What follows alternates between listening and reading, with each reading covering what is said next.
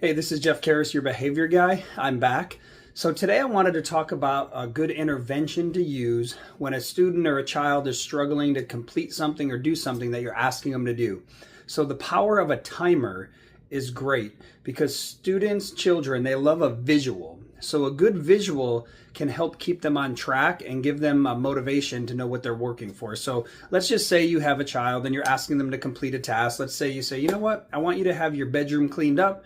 I'm going to give you 15 minutes to do that. And that's a reasonable time, right? Give them a little more time than you think it should take because, again, they're going to move a little bit slower than we do as adults. So set that timer and say, if your room's picked up in 15 minutes, then here's what we can do. Make it something that's preferred. If it's not, then there's going to be a consequence. So when I do that with my children, I might say, hey, this is what we're going to do. I need this done within this time. If it's not done, then I might remove a preferred object, like one of their toys that they like. I might take that for a little bit and move that somewhere and say, okay, that's our consequence. That's going to be gone. So they know what to expect in that time frame. If I have a student at school who's not getting work done, not completing things, and I know that it's a will and not a skill, because remember, if it's a skill, even if I give them 15 minutes, they're not going to be able to do it because they don't have the skill. You need to teach that skill. But if it's purely motivation or purely their will, where they just don't want to do it, that timer can help motivate.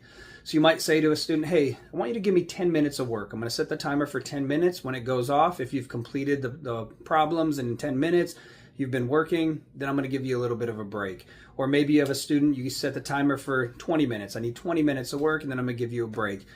This works when the student's giving you nothing. Even though you say, well, 20 minutes, I want more than that. You got to start somewhere. So a timer gives them that visual. Pick a reasonable starting point though. Set that visual timer so they can see it. And then that way it'll help motivate them and keep them on track. Obviously, there has to be some sort of incentive at the end of it if they complete it, and some kind of consequence if they don't. Otherwise, the timer has absolutely no effect.